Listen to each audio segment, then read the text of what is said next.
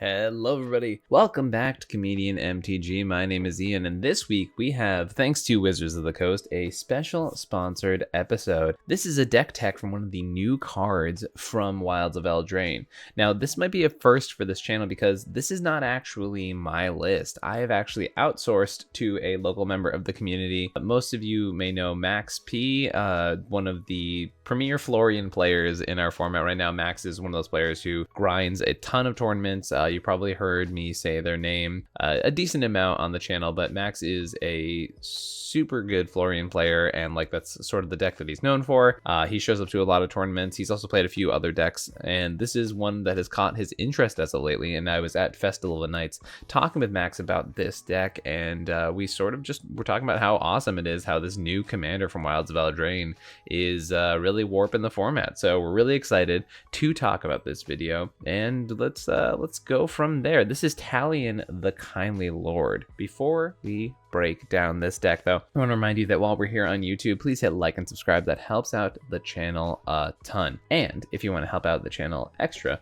go over to patreon.com/comedianmtg, because the people over at Patreon are the reason this channel can keep going and growing. They're the reason that I can continue to coach people as my main source of income. So any sort of help over there helps the channel a ton. It keeps things going, and as I mentioned, it's the reason we can do extra bonus videos like this. Extra videos a week and multiple shorts and things like that are all thanks to the folks over Patreon. Let's jump back into it. So this list is called Talion Tap Out Control. So this is a bit of an interesting Dimir list because a lot of people I know when they initially were looking at Talion were just assuming that it would just be like Blueback Turbo Ad Nauseam with Talion in the command zone and Thoracle lines, right? So this deck obviously goes for those Thassa's Oracle lines, right? We're playing our Thassa's Oracle, we have our Demonic Consultations, we have our Tainted Packs, classic stuff there, right? But what this deck does that's pretty interesting is it's not even on Ad Nauseam, as you can notice down here. It's actually a really solid mid-range deck, and it reminds me a little bit of Yuriko in the sense that it kind of can just jam a bunch of free interaction, because once again, it's not really worried about the curve, right? It's not really worried about the mana value of the deck because it's not an Ad Naus deck. It's trying to lay down strong mid-range threats and then have a bunch of free interaction that they can use and kind of go from there. So you'll notice a lot of really interesting mid-range cards in the deck, things like Trickbind, which are,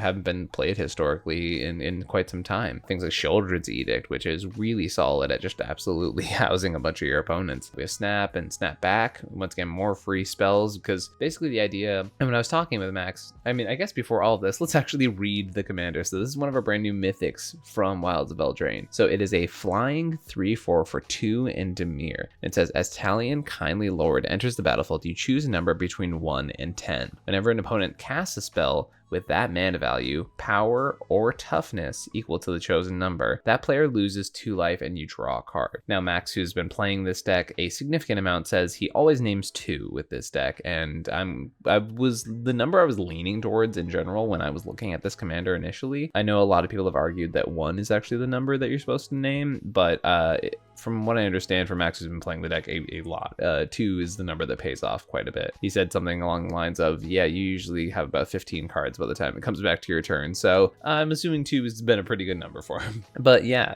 this deck is really good at just, once again, drawing a ton of cards and then using the cards in your deck to leverage the advantage of having a stacked hand, right? It's just a super cool and unique deck for sure. Once again, leaning towards these mid-range threats though. So things like Karn, definitely slowing down your opponents. We have, cards like Wandering Archaic. We have board wipes, multiple copies. Yahenni's Expertise, which is a card that's been really cool for a long time, but just hasn't really had a right home. But this one, where your commander is a 3/4 and you don't really care too much about the board, except for a few, highly important creatures in the deck, it seems pretty solid to be able to use that card and then get another free spell off of it. This deck definitely able to take advantage of Grafdigger's Cage, so much so that there's actually an Urza Saga in the mana base, which is pretty sweet, and definitely something that'll help you get that cage out early, or help you get your Jewel Lotus to get your Talion down really early in the game. It's all pretty solid stuff. Using, the classic mid-range advantage engines like Rhystic and Mystic, like on top of the One Ring and all of that, just to be able to say like, hey, look, I'm grinding a ton of advantage, and also I can still be drawing cards off these cards if anything ever happens to Talion, if a Draenith comes down, all of that stuff. This deck's also on Weathered Runestone, which I really like, you know, just really taking advantage of the fact that this deck does not care about Grafdigger's Cage, all of these types of effects. So it's pretty solid at shutting down your opponent's game plan. And the rest of that, once again, there's a bunch of mid-range options. So those are like the big stacks pieces. We have Curse Totem here. Once again, a deck that, yeah, I think you have Doubt the Voidwalker is your only activated ability on creatures, and then it's still a one-sided leyline of the void. So Doubt the Voidwalker is really your only creature with an activated ability that you care about, and then it's still a leyline of the void. I guess Spellskite as well gets shut down by your Curse Totem, but I feel like once again that's enough overlap that it's not really affecting the game plan too much. Obviously shutting down your Spellskite feels a little bit bad, but for one card in the deck, I don't think Max is exactly worried about it. And then Curse Totem obviously is so strong against a number of the decks in the format, especially those trying to like outgrind. And this deck is a grindy deck that is going to get you a ton of advantage. And you know, if your opponents are trying to outgrind you with your Thrasioses and not cast spells, well, Curse Totem's a really good way to shut that down. Same thing against Sisay and Kinnan and decks like that. But the main win condition that you wouldn't really think of for this deck is actually this card right here, Bloodchief Ascension. And let me read it to you. It's at the beginning of each end step. If an opponent lost 2 or more life this turn, you may put a quest counter on Bloodchief Ascension. So anytime they trigger Talion, they at the end step they put a counter on this thing, right? So whenever a card is put into a graveyard from anywhere, if Bloodchief Ascension has 3 or more quest counters on it, you may have that player lose 2 life. If you do, you gain 2 life. So basically 3 turns of this triggering, which is once again anytime an opponent cast a spell into Talion, this will trigger at their end step. Plus you can just swing in and hit them for 3 in general, right? So only 3 turns of this going off, and then suddenly the ability is online. Now it says whenever a card is put into an opponent's graveyard from anywhere, they lose 2, you gain 2, right? So this is where this deck starts to get kind of crazy, because a number of different ways, like any spell being cast, right? A creature dying, all of those things will put things in the graveyard and trigger Bloodchief Ascension, right? Max was actually telling me last night that he played a game in which he tried to combo off with Mnemonic Betrayal, and his opponents were able to fizzle the spell, not counter Mnemonic Betrayal itself, but make it so that Mnemonic Betrayal didn't actually win Max the game. He couldn't win with a Thoracle line. But then what happened was, at the end step, all of those cards returned from exile to their opponent's graveyards and triggered Bloodchief Ascension for every single card that just went into the graveyards, and he was actually able to kill his opponents by all of them, the cards returning to the graveyard, triggering Bloodchief Ascension that many times. So Bloodchief just like has a lot of really interesting ways to go off. And once again, any instant or sorcery drains your opponent. Anything dying drains your opponents. For some reason, if they're getting mills for, you know, in any sort of way, or brain freeze, anything like that, shuts off Underworld Breach combos, right? This win con, which is a super atypical one, but it works just so well with what your commander's doing. It's so strong in this deck. So this is definitely a unique Dimir list, and definitely one that is way more controlling, right? Like you see pieces here like Counterbalance, right? You see Dress Down, right? Definitely a lot of pieces that are trying to shut down what your opponents are doing. It is not proactive by any means.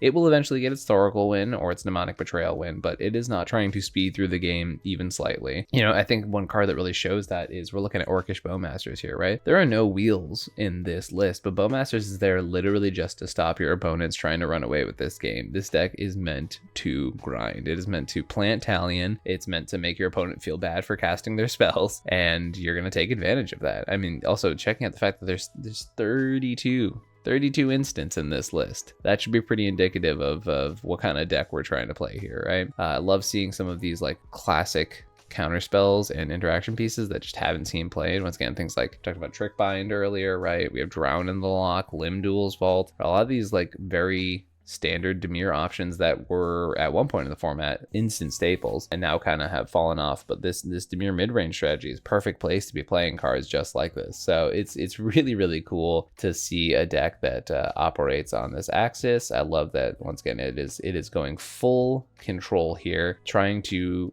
take over the board state, trying to grind your opponents out of value, and trying to just be a dominant presence of the board. I'm definitely very curious if anyone else has played a good amount of Talion since it's printing. I'm wondering how many folks are finding that they have had more success with 2 or 1, or what numbers they're naming with this card. I do think 1 and 2 are really the only smart options here. And it is really important to note when you're looking at this card that the really important part of it, not just with the mana value, right, but also equal to power and toughness. And one of the reasons I like 2 a lot is Najeela being one of the most consistent cards in the format, right? It does not have mana value 2, right, but it does have 2 toughness. Or for example, a card in that deck as well, Dorevi, right, doesn't have mana value 2, but it has 2 power. So I think there are a lot of cards that are surprisingly triggered off of this, and that the majority of the creatures in the format will trigger this card, on top of the fact that then there's all of the other cards that will trigger it that are very common nowadays. We're talking about cards like Underworld Breach, Thassa's Oracle, right? Like all of these cards will trigger Talion's ability, and you'll be drawing a lot of cards off of this commander. It is going to be very, very solid. I'm really excited to brew my own personal version of the deck. I don't know if I'm going to lean more into this mid-range-esque strategy. I know I will be including Bloodchief Ascension, no doubt about that part for sure, but I don't know how hard I'm going to lean to the mid-range versus the, you know, sort of faster side to it. But I think Talion is gonna be a threat in the format. I think it's gonna draw a lot of cards. I think it's gonna press a lot of advantage, and it's gonna be one of those commanders that gets out of control really fast. And I like that it's an advantage engine in the command zone, which kind of lives a bit of like ambiguity about how you actually want to build out the 99 of this deck. It kind of creates a space where you can have a faster ad nauseam version of the deck, or you can have this sort of slower, grindy mid-range control version that Max has here with this list. So really cool stuff. Excited to see this deck. And I figure while we're here, why don't we go through a couple hands. So over here on Moxfield, my hand is halfway through this Urza saga, but I always start my mulligans by going over here to the player button. Can't really see it that well because my head is in the way, but I really like to roll a 4-sided die. Cool, we'll go second. So we're going second with this hand, and to me this hand is way too slow. So what I'm gonna do is send that back for a second 7. Okay, so our hand here is kind of interesting. What we can do is we'll definitely have a guaranteed turn 2 Talion because we'll be able to play our land, and then next turn Dark Ritual into our commander. I don't love the idea of just passing with 0 interaction on turn 1. I understand that this deck is once again a little bit slower, and I don't think a turn 2 Talion is bad by any means, but I figure while we're at 7s, we can probably go a little bit greedier. So for me, this is a mulligan down to 6. Okay, cool. So this one's pretty interesting. I like this as a 6. What's a throwback is kind of the question here. We have 4 mana sources. I don't want to rely on us getting our commander like this. I think Swamp's probably our worst land. So I think I'm going to put that to the bottom.